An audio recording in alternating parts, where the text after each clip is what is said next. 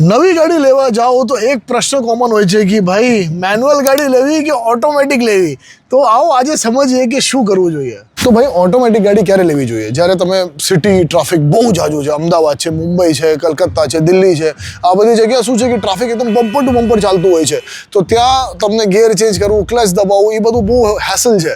ત્યાં તમે ઓટોમેટિક ગાડી લ્યો. અથવા ઘરમાં કોઈ વડીલો વધારે છે યા એ જ ચલાવવાના છે ગાડી, યા તમે નવી શીખી રહ્યા છો, તમને કોન્ફિડન્સ નથી આવી રહ્યું ગિયરમાં, બિલકુલ ઓટોમેટિક લ્યો.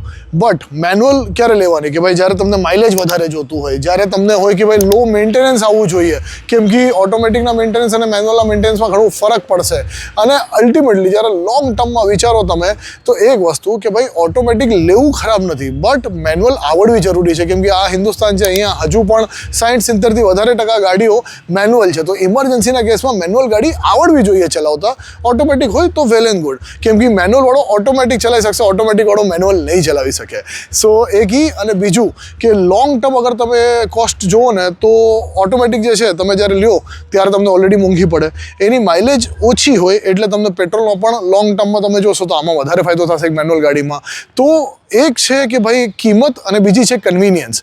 કઈ વસ્તુ તમને વધારે માફક આવે છે અને ડિસિઝન એ પ્રમાણે લેવાનું છે. અને આવા જ વિડીયો માટે ભાઈ ફોલો કરવાનું છે. કોને? ઓટોમે રાખીને.